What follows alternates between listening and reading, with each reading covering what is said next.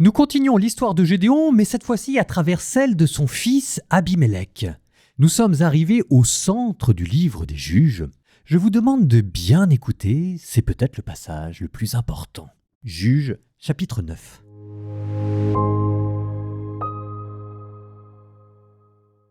Abimélec, fils de Yérub-Baal, alla trouver à Sichem les frères de sa mère et leur parla, ainsi qu'à tout le clan de sa maison paternelle de sa mère. Il leur dit « Faites entendre ceci à tous les notables de Sichem. Que vaut-il mieux pour vous ? Avoir pour maître les 70 fils de Yérub-Baal ou avoir pour maître un seul homme ? Souvenez-vous que moi, je suis de vos os et de votre chair. » Les frères de sa mère firent entendre ces paroles à tous les notables de Sichem.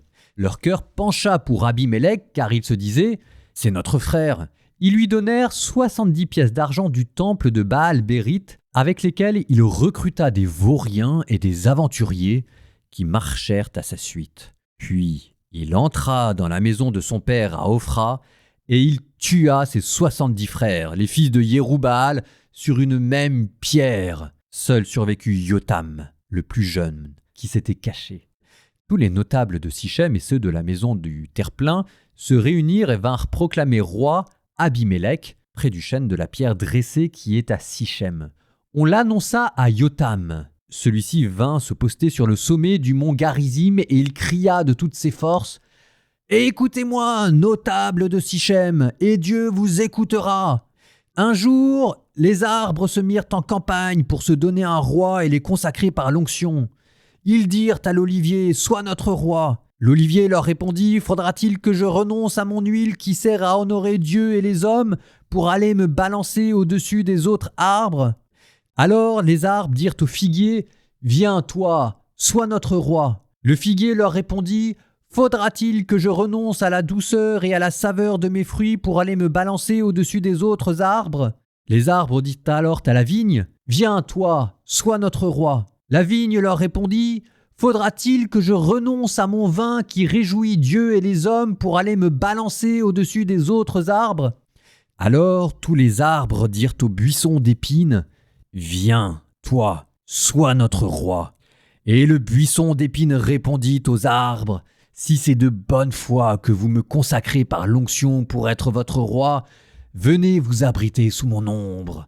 Sinon qu'un feu sorte du buisson d'épines et dévore jusqu'au cèdre du Liban. Maintenant, avez-vous agi dans la fidélité et l'intégrité en faisant roi Abimélec ? Avez-vous bien agi à l'égard de Yérub-Baal et de sa famille ? Avez-vous agi selon le mérite de ses actes ? Mon père a combattu pour vous, il a risqué pour vous sa vie, il vous a arraché aux mains de Madian. Mais vous vous êtes levé aujourd'hui contre sa maison. Vous avez tué ses 70 fils sur une même pierre. Vous avez proclamé roi sur les notables de Sichem Abimélec, le fils de sa servante, parce qu'il est votre frère. Si en ce jour vous avez agi dans la fidélité et l'intégrité envers Yérub-Baal et sa maison, qu'Abimélec fasse votre joie et vous la sienne.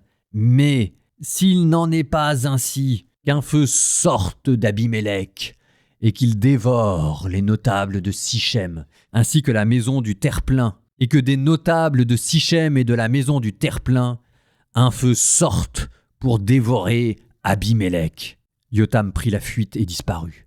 Il alla s'établir à Béer par crainte d'Abimélec, son frère. Abimélec gouverna Israël pendant 3 ans. Puis Dieu envoya un esprit de discorde entre Abimélec et les notables de Sichem qui le trahirent. Il fallait que soit vengée la violence faite aux 70 fils de Yérub-Baal et que leur sang retombe sur Abimélec, leur frère, qui les avait tués, et sur les notables de Sichem qui l'avaient soutenu.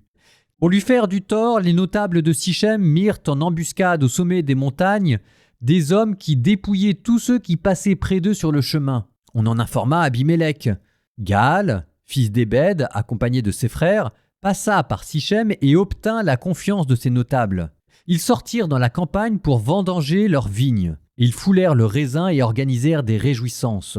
Au temple de leur Dieu, ils mangèrent et burent, puis ils maudirent Abimélec. Galad, fils d'Ébed, dit alors « Qui est Abimélec ? Qu'est-ce que Sichem pour que nous servions Abimélec ? N'est-il pas le fils de Yérub-Baal ? et Zéboul son lieutenant servaient les hommes de Hamor, père de Sichem. Pourquoi nous autres servirions-nous celui-là? Ah, si seulement j'avais en main ce peuple, j'écarterais Abimélec. Je lui dirais « Renforce ton armée et viens combattre ». Zéboul, gouverneur de la ville, apprit ce que disait Gaal, fils d'Héber, et il se mit en colère. Il envoya secrètement des messagers à Abimélec pour lui dire « Gaal, fils d'Ébed, est arrivé à Sichem avec ses frères, et ils excitent la ville contre toi. Maintenant donc, lève-toi de nuit avec ta troupe, et mets-toi en embuscade dans la campagne. Puis, le matin au lever du soleil, tu partiras et tu lanceras un assaut contre la ville.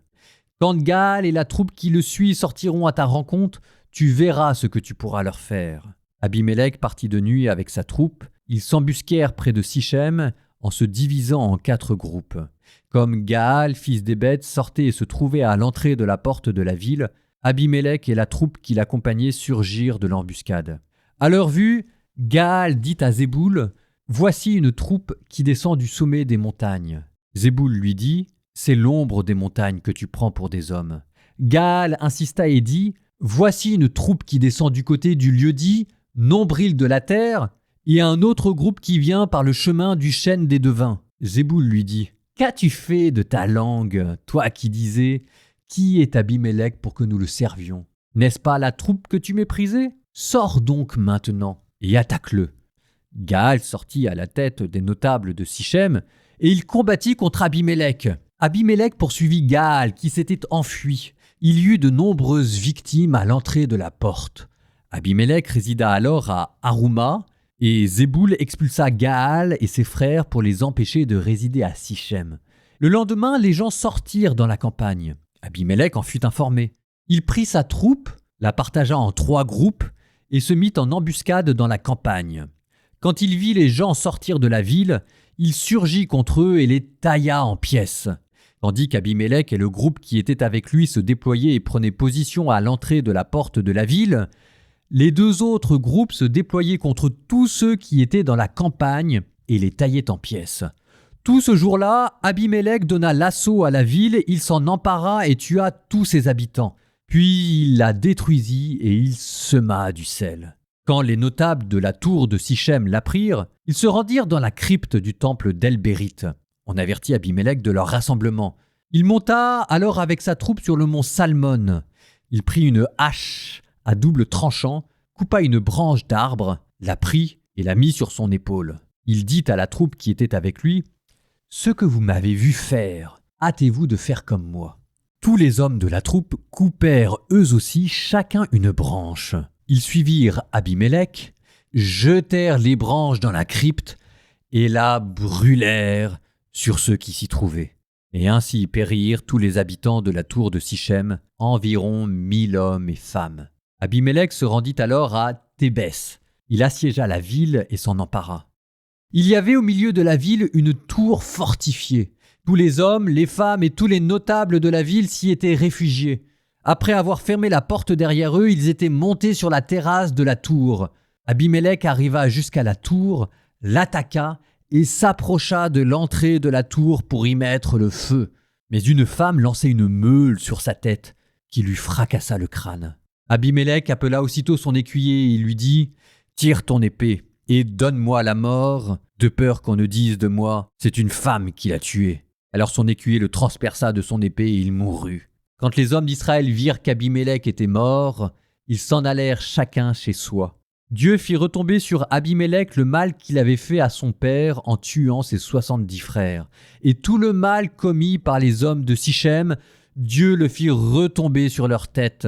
Et c'est ainsi que s'accomplit la malédiction de Yotam, fils de Yérubbaal. Abimélec, un nom qui signifie « fils de roi ». Il n'est pas venu tout seul, ça lui vient de Gédéon. Vous vous souvenez de ce que je vous ai dit? Avec le livre des juges, on était dans cette période intermédiaire avec d'un côté les patriarches, Moïse, Josué, et de l'autre les rois d'Israël qui vont bientôt venir, Saül et David. Et au milieu, vous avez Abimélec. Et si vous suivez avec moi ce livre des juges depuis le début, vous sentez bien qu'il y a comme des réticences envers la royauté. Et ces réticences, cette fois-ci, vont s'exprimer à travers une fable que le rédacteur a mis dans la bouche du seul rescapé d'un massacre, la parabole des arbres. Vous êtes dans le centre du livre des juges, au cœur de son message. Un jour, les arbres se mirent en campagne pour se donner un roi et le consacrer par l'onction. Des arbres qui se mettent à marcher. Voilà bien quelque chose de contre-nature, on est d'emblée dans le registre de l'absurde. Donc, voilà des arbres devenus fous qui se mettent en marche à la recherche d'un roi. Nos arbres commencent par faire passer des entretiens d'embauche. Ils commencent par regarder les arbres les plus méritants. L'olivier, la vigne, le figuier. 3 arbres nobles, ceux qui assurent la prospérité d'un pays. Derrière l'olivier, peut-être peut-on voir l'assise économique d'un pays. Derrière le figuier, sa stabilité religieuse, le figuier c'est la loi. Et derrière la vigne, la culture et la fête. Mais voilà que nos 3 arbres nobles refusent en dénonçant la vanité de l'affaire. Faudra-t-il que je renonce à mon huile qui sert à honorer Dieu et les hommes pour aller me balancer au-dessus des arbres? L'olivier, la vigne et le figuier ont déjà trouvé leur place dans l'univers. Ils l'ont trouvé en servant Dieu et les hommes, et ça fait leur dignité royale. Ils sont déjà rois. À quoi servirait-il d'en avoir un autre, sinon pour le plaisir vain de se balancer au-dessus des autres? Pourquoi les arbres cherchent-ils un roi? À quoi ça sert? Que chacun fasse son travail et tout se passera bien. Enfin, les Israélites, anciens esclaves en Égypte, devraient savoir qu'un roi, c'est dangereux. Mais voilà que l'absurde redouble, puisque cette fois-ci, ils vont voir un roncier. Alors si jamais il y a une chose à laquelle le roncier sert, c'est bien à rien. Un arbre stérile et qui n'a pour autre réputation que la violence et la cruauté. On a l'impression d'entendre à la fois Max Weber qui définissait l'État comme ayant le monopole de la violence légitime, la Boétie qui dénonçait la servitude volontaire et Platon qui montrait comment l'excès de liberté dans les régimes démocratiques amenait les totalitarismes. On a encore l'impression d'écouter du Edmund Burke. Tout ce qui est nécessaire pour que le mal triomphe, c'est que les hommes de bien ne fassent rien. Et de fait, ni l'olivier, ni la vigne, ni le figuier n'ont réagi. Écoutez maintenant ce que dit le roncier. Si c'est de bonne foi que vous me consacrez par l'onction pour être votre roi, venez vous abriter sous mon ombre. Un roncier, ça ne fait pas d'ombre. En tout cas, le buisson a un super pouvoir. Tandis que l'olivier, la vigne et le figuier ont le pouvoir de servir Dieu et les hommes et de réjouir le cœur des uns et des autres, le super pouvoir du buisson, lui, est de prendre feu très rapidement pour brûler les cèdres du Liban. Les palais des rois sont faits en cèdre du Liban. Le temple de Jérusalem sera fait en cèdre du Liban. Les cèdres du Liban, l'arbre majestueux par excellence. Ici, dans la fable, les cèdres du Liban, ce sont les fils d'Israël qui, chacun, à leur manière, étaient censés déjà posséder cette dignité royale qu'ils sont en train d'abdiquer. C'est ce que saint Pierre dira un jour, vous êtes un peuple de rois. C'est ce que Dieu avait dit à Adam quand il les fit à son image, et c'est ce que Josué avait dit aux fils d'Israël en renvoyant tout le monde sous sa tente pour régner sur la portion que Dieu lui avait donnée. Cette fable est extraordinaire et hantera longtemps la conscience d'Israël. Nous terminons par une courte prière, mais si vous vouliez me faire plaisir, prolongez-la à la maison pour tous ceux qui se font exploiter, opprimés par des régimes totalitaires ou injustes. Au nom du Père et du Fils et du Saint-Esprit. Amen. Seigneur, nous te confions toutes les victimes. Priez s'il vous plaît pour eux. Que Dieu vous bénisse, le Père, le Fils et le Saint-Esprit.